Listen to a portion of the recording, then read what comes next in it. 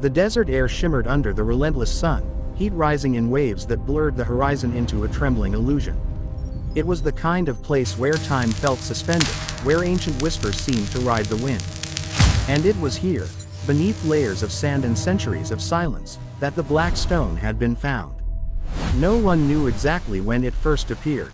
There were fragments of legends, scattered across civilizations, hinting at an object that fell from the sky long before recorded history began. Some said it was a gift. Others called it a warning. But now, in the modern age of satellites and particle accelerators, the world was about to confront it not as myth, but as a mystery science could no longer ignore.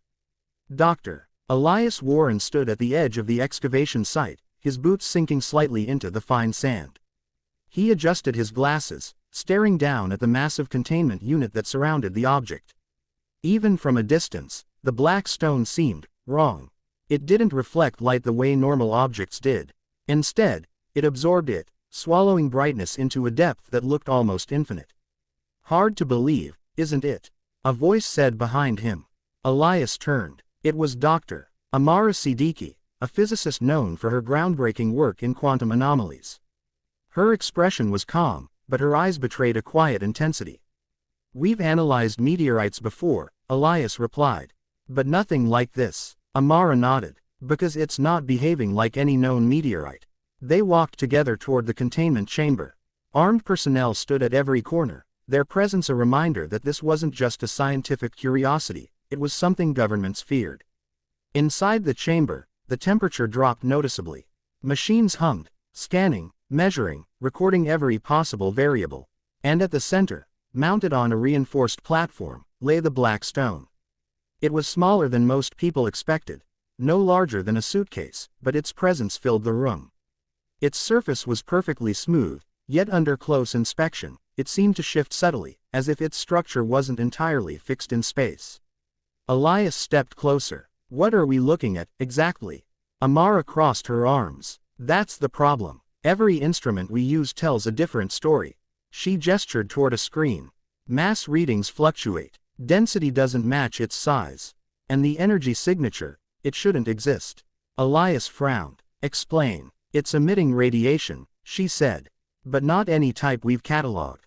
It doesn't decay. It doesn't weaken. It's constant. Like a heartbeat." Elias stared at the stone again.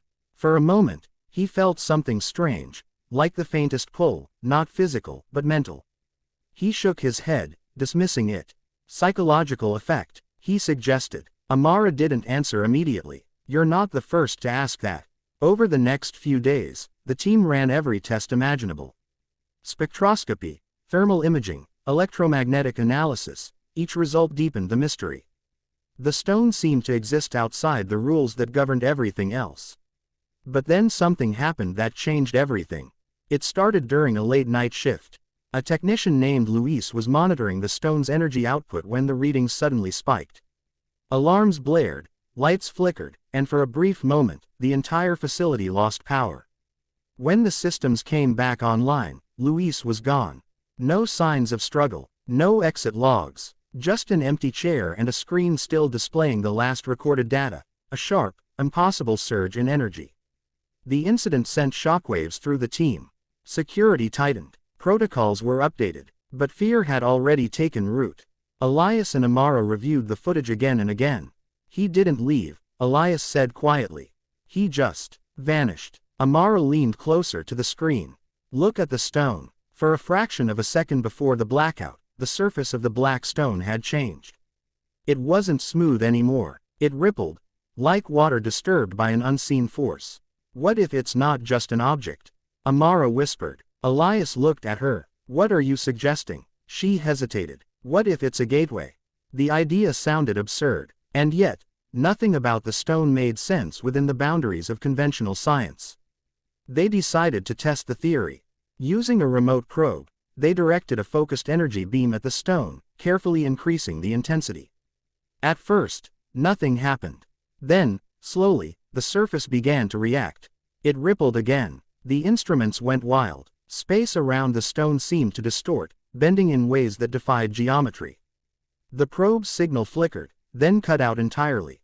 And then, just for a moment, a shape appeared within the stone. Not a reflection. Not a shadow. Something else. Something moving. Elias stumbled back. Did you see that? Amara's voice was barely audible. We're not alone. The experiment was shut down immediately. But the damage had been done. Whatever the stone was, it wasn't passive. It was active, responsive, watching. That night, Elias couldn't sleep. His mind replayed the image over and over, the shifting surface, the impossible shape within. He tried to rationalize it, to fit it into some framework of understanding, but every explanation fell apart. Finally, he returned to the facility. The halls were quiet, dimly lit. Most of the staff had been sent home, but the stone remained under constant surveillance. He entered the chamber alone. The moment he stepped inside, he felt it again, that subtle pull. Stronger now, almost like a voice at the edge of hearing. He approached the stone slowly. I don't know what you are, he said, his voice echoing faintly. But I need to understand. The stone remained still. Then, without warning, it changed. The surface dissolved into a swirling darkness, deeper than any shadow.